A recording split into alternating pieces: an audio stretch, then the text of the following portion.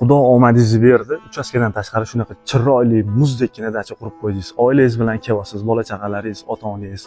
Hatto ota-onangiz sizdan oldin ikkita bo'lib ketishyapti, qo'lni belga qo'yib, yantga borganda sizga o'girilib duo qilishyapti. Bolam oq yuvib oqtarganimizda sen oqlab berding, sendan ming rozimiz. Shunaqa kunlarga ham yetib keldik deyishyapti. Siz o'zingizni giroy his qilasiz, mazza qilib ketasiz. Bu yoqda bolalaringiz pildillab yugurib yuradi, o'g'lingiz keladi yoningizga. Ada menga balonchi olib bering, basseynga deydi. Xo'p, bolam deb turganingizda biznes partneringiz orada telefon qilib qoladi. O'rtoq, ham ishimiz o'xshadi, yaxshi daromad bo'ldi. Shuni nima qilamiz? Qanchadan bo'libdi deysiz? 80 ming dollardan aylanibdi. Oh deysiz.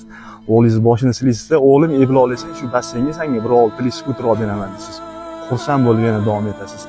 Shu kunlarga yetkazganiga shukrlik keltirib borasiz. Bundan ortiq qanaqa baxt kerak? Oilangiz yoningizda, ota-onangiz duosini olasiz. Shunaqa chiroyli dachada oilangiz bilan o'zingizni dachangizni tamom etasiz. Har birimizga shunaqa kunlar nasib qilsa, men o'zim yurakdan niyat qildim.